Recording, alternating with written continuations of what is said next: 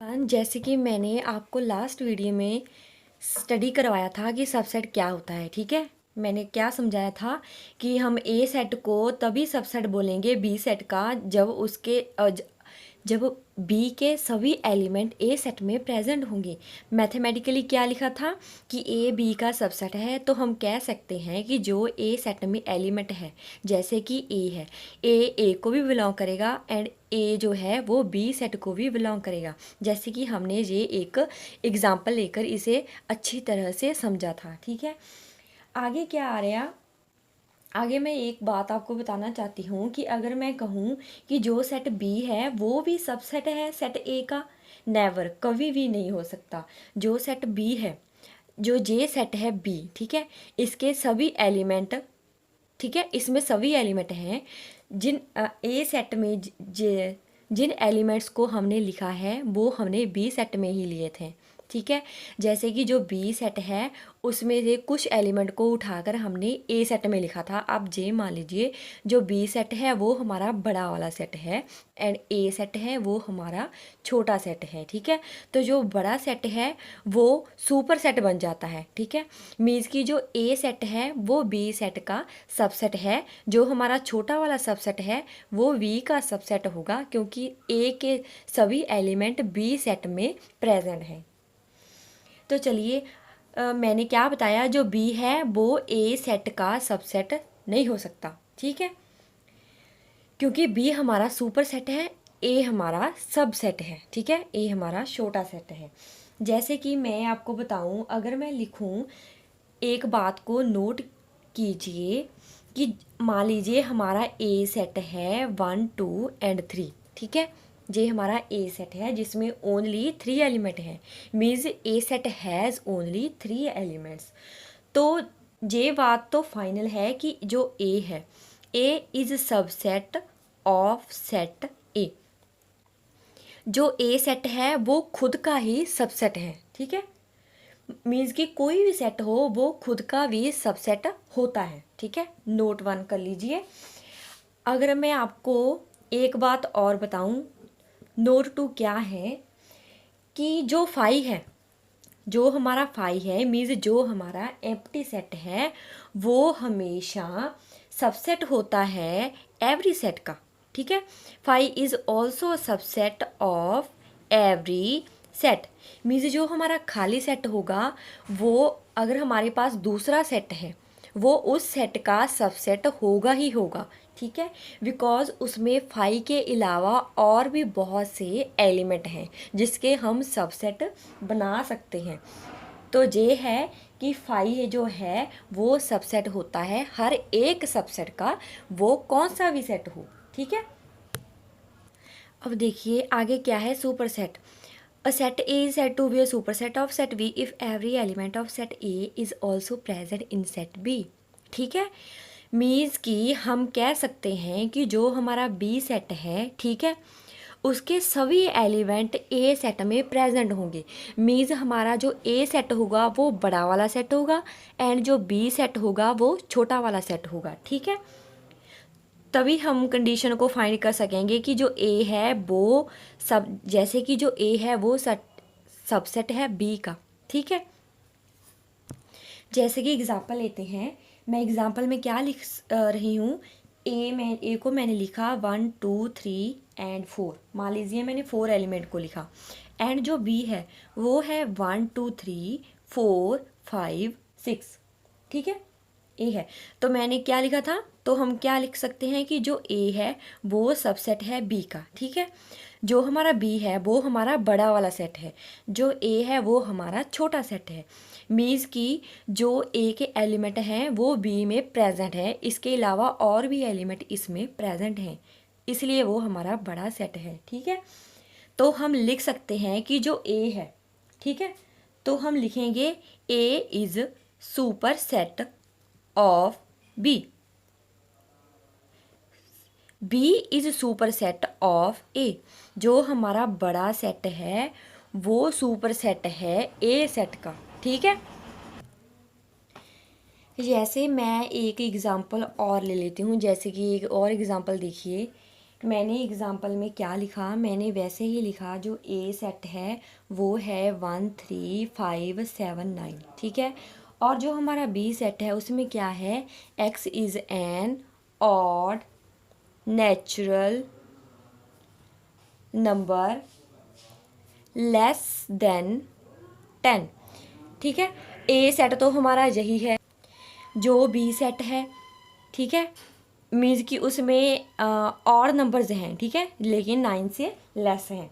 तो देखिए ये दोनों सेट इक्वल हो गए, ठीक है। तो हम कह सकते हैं कि जो ए है वो बी का सबसेट है, ठीक है। जो ए है वो बी का सबसेट है, एंड जो बी है वो भी सबसेट है ए का, ठीक है। तो हमारा जहाँ पर ए भी सबसेट है बी का एंड बी भी सबसेट है ए का, देयरफॉर हम क्या लिख सकते हैं कि ये जो दोनों सेट हैं वो इक्वल है, ठीक है।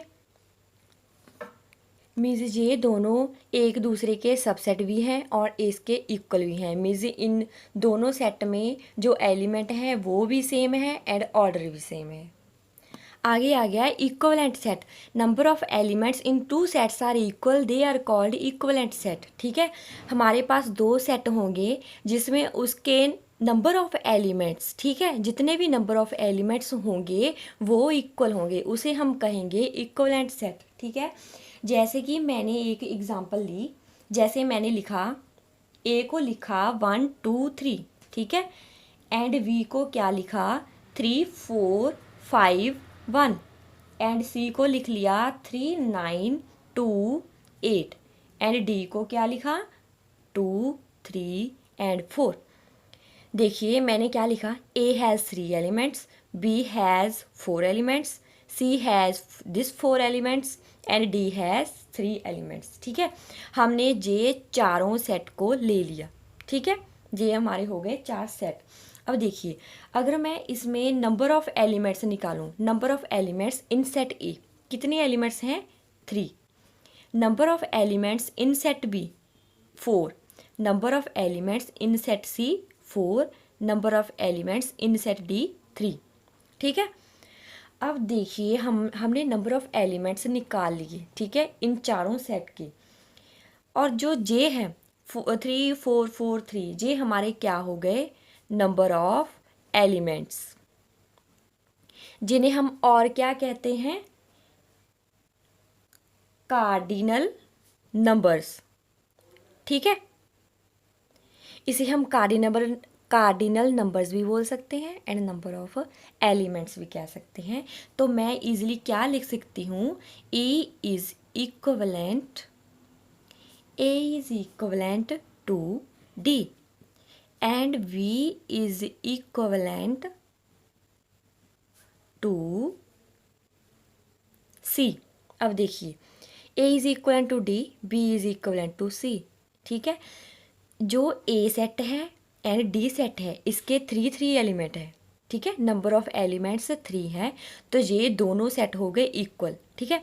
मीन्स जो ए है वो है डी के equal, means number of elements A is number of elements D, ठीक है।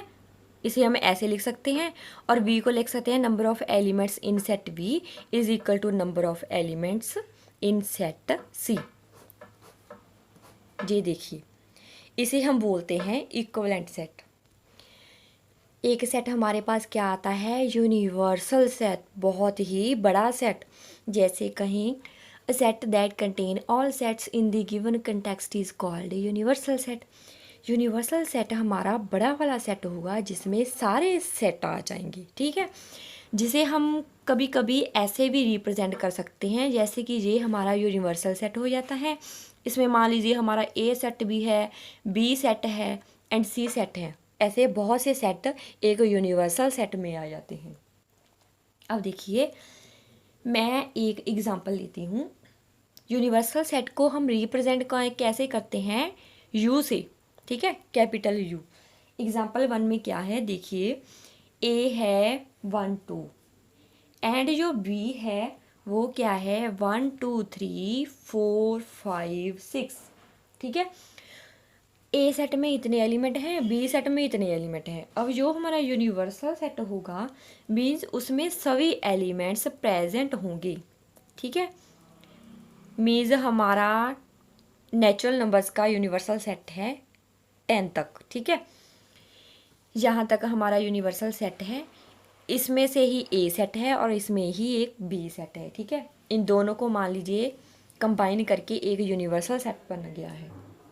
तो मैं क्या कह सकती हूँ, ए सबसेट है यू का एंड जो बी है वो भी सबसेट है यू का। तो हम क्या लिख सकते हैं कि वी जो है, V is a proper subset of U. ऐसे ही जो ए है उसे भी हम लिख सकते हैं, A is proper subset of U, ठीक है। तो हमारा यू क्या हो गया, ये U is super set of A as well as B. U हमारा दोनों सेट का सुपर सेट बन गया। एक एग्जांपल और ले लेते हैं, ठीक है। देखिए, we will assume there are 3 divisions of class 10, ठीक है। जैसे कि ए को लिखिए, x is such that x is student of class 10A, ठीक है। ऐसे ही हमारे पास बी सेट है, बी क्या है, x is such that x is student of class 10B, ठीक है। हमारे पास दो सेट हैं, एक में क्या है, जो स्टूडेंट हैं वो क्लास 10th A के हैं, जो बी है वो स्टूडेंट है क्लास 10th B के। तो हम यूनिवर्सल सेट में क्या लिखेंगे, हम लिखेंगे x is such that x is student of class 10। Overall हमारी मीन्स की 10th क्लास है वो हमारा यूनिवर्सल सेट है, वो हमारा बड़ा वाला सेट हो गया, ठीक है। जिसमें a एंड v है वो दोनों इसके सबसेट हो गए u के, बी भी यू का सबसेट हो गया और ए भी यू का सबसेट हो गया। मीन्स जो यू है, U is a superset, ठीक है। U is a super set of A and B. जो यू है वो हमारा ए एंड बी सेट का सुपर सेट हो गया, मीन्स बड़ा वाला सेट हो गया। जो ए एंड बी है वो प्रॉपर सबसेट हो गए यू के, ठीक है। ये होता है हमारा यूनिवर्सल सेट।